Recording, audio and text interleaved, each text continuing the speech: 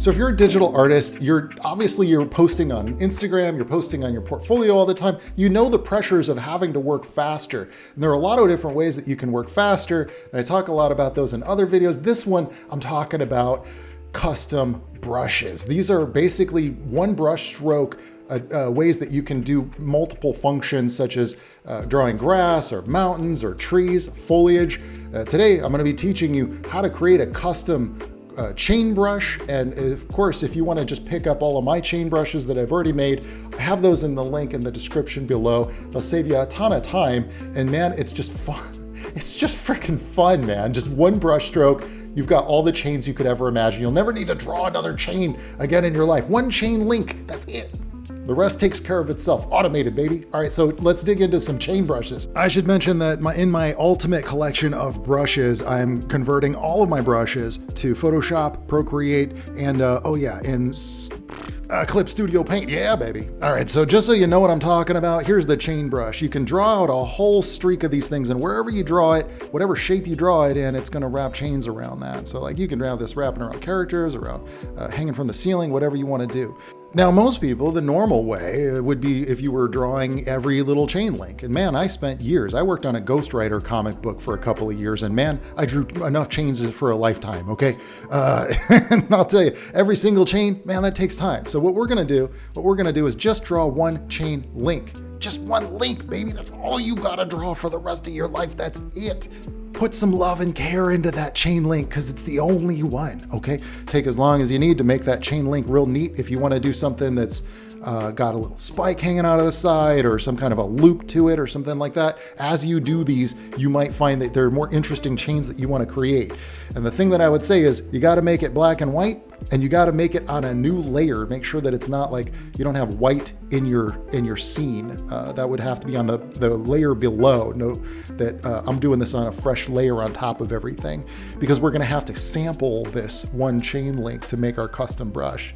Okay, now go up here to your selection tool and draw a box around that chain link that you've got, and go up here to edit and define brush preset. And you can name that brush whatever you want, spiked chain brush, super wicked awesome chains, whatever. You can also do the same effect with fire and grass and other stuff, but that's cool. But where did it go? Okay, we go up here to window, brush setting, okay? That's gonna pull up all of our settings for this particular brush that we just captured. In the brush tip shape, you can spread it out with the spacing. We want to get a nice distance between each one of these iterations of this chain link that we've got. Then we go to shape dynamics, and then you'll notice we can go down here to angle, set your angle to direction. And that's what's gonna make all of these chain links follow each other. Yeah, pretty neat, right? All right, let's check it out. Nice, not bad. Although our chain link angle is incorrect. So what we gotta do is go back to our selection tool. We're gonna recapture this. With it selected, hit Command T and rotate. Just drag it to rotate it. Now it's facing to the right, and that's going to allow us to recapture it. So we make our selection again, we go to edit, define brush preset. We're gonna name it something sniffy, something snappy, something catchable, something. It's all about branding these days, so make it something fun. We go back to our brush settings, and then of course, brush tip shape, space it out. Oh yeah, get it spacey, nice and we don't want to talk about that. And do not forget the most important ingredient, set that shape dynamic direction. The angle jitter needs to be set to direction. Bam, now look at this. Oh, don't forget to deselect. If you still have that selected, it'll only draw in the selection box, but man, oh, whoa, baby. Well, baby. All right, I'm not too unhappy about this. I think it's looking good. It's got a nice spike to the sides. It's a nice fat chain, kind of feels like a Warcraft style chain, something you might see on some monstrous heavy metal, creature from Outland or something. Now that's awesome, but there's one final step, and if you don't do this, you'll lose your brush. So here's what you do. You go up here to this little hamburger symbol that you see up in the top corner here, and you gotta click New Brush Preset. That saves it into your brushes. Now name it something spiffy, something snazzy, something sniffable, okay? Now if you load up all of your brushes, you can just drag it into the folder, your chains folder, so you've got all of your chain brushes in one spot. Now I just showed you how to make your own brushes, so you can make all the chain brushes you want, but if you wanted to download mine, I'm gonna show you all the ones that you're gonna get in my latest custom chain brush pack. And you can, again, every one of these brushes, I'm just drawing a straight line down, but you can swirl them, swish them, cross them over, do whatever you want with them. Oh, that one's particularly cool. It's like a chain mail. And again, you can do this with a lot of different shapes as well. So if you got a lot of unique symbology on your character, for instance, maybe unique looking chain links, the way that you want them to be constructed, you can make some custom ones. You can feel free to modify the ones that you get from my brush pack. You can vary the size in some of them, like you see in this one.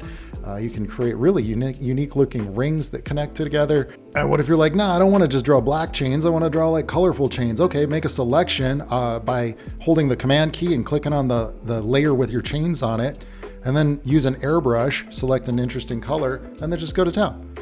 You could also lock the layer. There's lots of other tricks and things that you can do to just make the selection, and then add a little bit of color to it, and maybe add a little bit of a color gradient. You could even do gradient maps over this, or even blending modes. Check this out. Here's a layer blending mode. I'm gonna add a little bit of a bevel to it. Check this out. This gives it an instant, immediate depth with the bevel and emboss. I'm just gonna fatten it up a little bit, change the depth of it, and you immediately have depth on there. It's a consistent shadow across every chain link.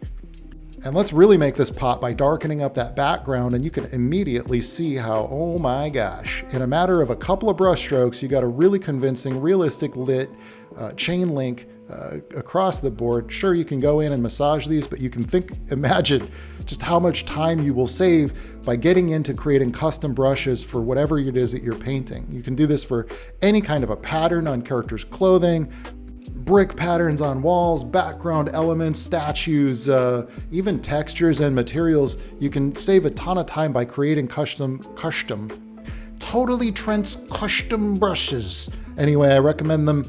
Got a lot of other time-saving techniques that you can check out in my Photoshop cheat box as well. And of course, I'm here every week with a new video every Friday. So if you have questions about working as a concept artist in video games, making comic books, writing novels, or making indie games, please do drop those in the comments below, and I will see you in the next video. All right, ciao.